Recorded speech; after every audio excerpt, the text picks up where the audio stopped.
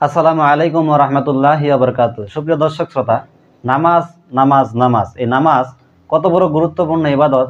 একমাত্র আল্লাহ রাব্বুল আলামিন আমাদেরকে যেই হুকুমটি করেছেন, নামাজ যাদের উপর ফরজ করেছেন, মুসলমান হওয়ার পরে প্রথম স্তম্ভ হচ্ছে মুসলিম হতে হলে প্রথমে আমাদেরকে কালিমা পড়তে হয়, এবং কি শুধু কালিমা পড়লেই মুসলমান হওয়া যায় না, এবং কি ইসলামের যে খুঁটিনাটি বিষয়গুলো আছে এগুলো পালন করতে হয়।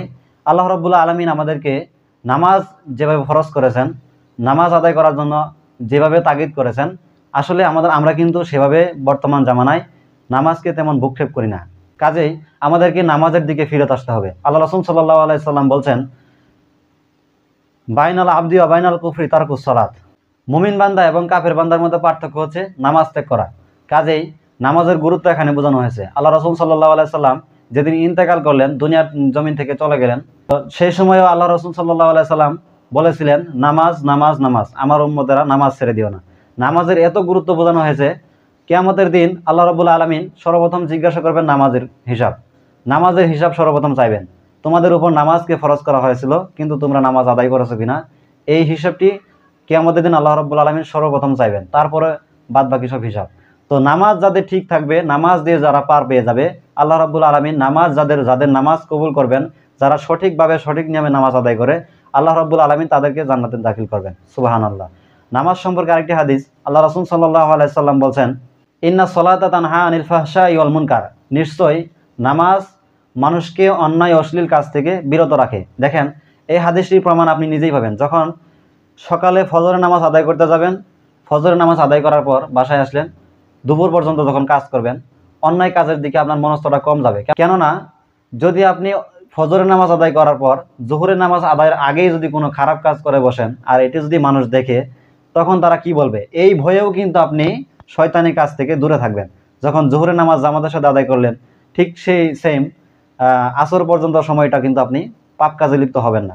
যখন আপনি আল্লাহ রাব্বুল আলামিনের ডাকে সাড়া দিবেন, অর্থাৎ নামাজে যাবেন, ফরজ নামাজগুলো আদায় করবেন, মসজিদে যেয়ে জামাতের সাথে সুন্দরভাবে নামাজ আদায় করবেন, তখন কিন্তু আপনার মনটা আর চাইবে না যে আমি পাপ কাজে লিপ্ত হই।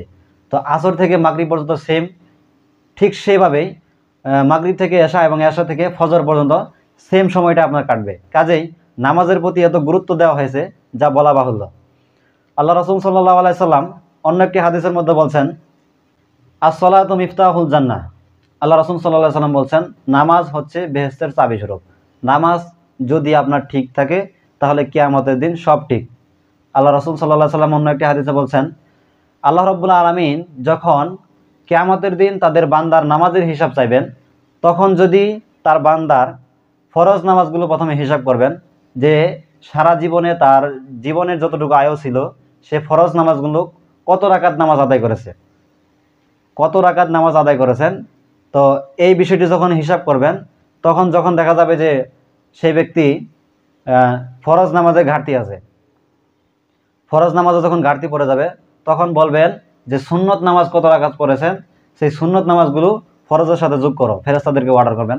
তো এই সুন্নত নামাজগুলো যখন ফরজের সাথে যুক্ত করার পরেও দেখা যাবে কিছু সংখ্যক ঘাটতি আছে, তো আল্লাহ রাব্বুল আলামিন ঠিক সেই মুহূর্তে নফল ইবাদত যদি থাকে, নফল নামাজ যদি কেউ আদায় করে থাকেন, তাহাজ্জুদ, তারপরে অন্যান্য নফল নামাজ আছে, এই নফল নামাজ যদি আদায় করে থাকেন দুনিয়ার জমিনে, আল্লাহ রাব্বুল আলামিন সেই নফল নামাজগুলোকে নিয়ে ফরজের সাথে যুক্ত করেও যদি আপনার ফরজগুলো মেকআপ হয়, অর্থাৎ ফুলফিল হয়, সেক্ষেত্রেও আল্লাহ রাব্বুল আলামিন কিন্তু আপনাকে আমাকে জান্নাতে দাখিল করবেন নামাজের ওসিলায়।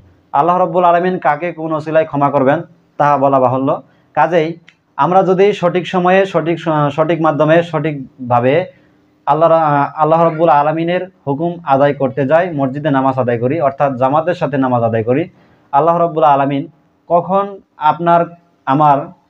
কখন 2 রাকাত নামাজ কবুল করে নেবেন তা কিন্তু বলা যায় না। কাজেই আমাদেরকে নামাজের দিকে অগ্রসর হতে হবে, পরিবারের সকলকে নামাজের দাওয়াত দিতে হবে, এবং কি পরিবারের সকলকে নামাজি হিসেবে যেন আল্লাহ রাব্বুল আলামিন কবুল করেন, এই দোয়া সকলের জন্য করবেন ইনশাআল্লাহ। আল্লাহ রাব্বুল আলামিন এই হাদিসের উপর আমাকে এবং আপনাদেরকে সকলকেই মেনে চলার এবং আমল করার তৌফিক দান করুক। আমিন। ওয়া আখিরু দাওয়ানা আনিল হামদুলিল্লাহি রাব্বিল আলামিন। আসসালামু আলাইকুম ওয়া রাহমাতুল্লাহি ওয়া বারাকাতুহু।